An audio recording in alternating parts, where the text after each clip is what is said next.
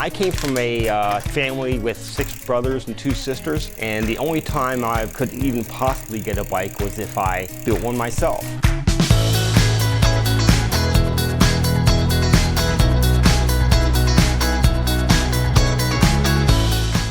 Back then, it was pretty easy to find bikes in the garbage. I remember pulling out of the trash and putting it together, and that's where I started.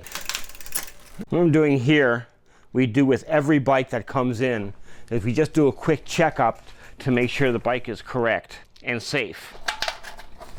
Everything on a bicycle is important to its operation, and if one thing fails, then you can't ride it.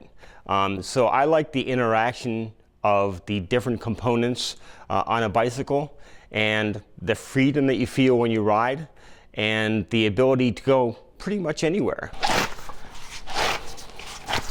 If I couldn't work with my hands every day, I'd probably go nuts.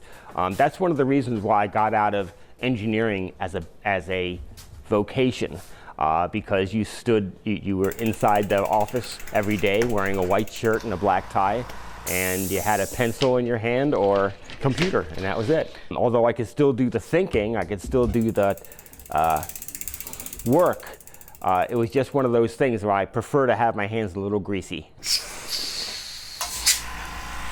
It's becoming a lost skill, not so much because bicycles are disappearing, but it's because the culture for every place, cars, bikes, everything, is become a replace, not repair. A lot of things can't be repaired anymore. You just have to replace them.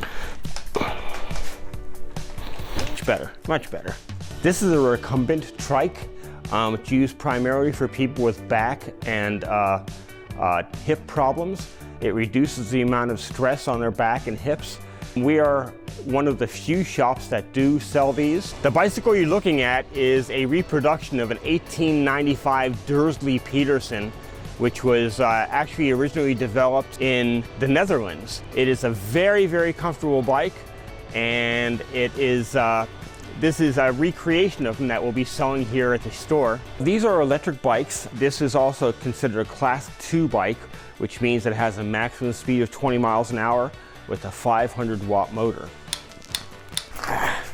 Bicycles are simple and complex at the same time.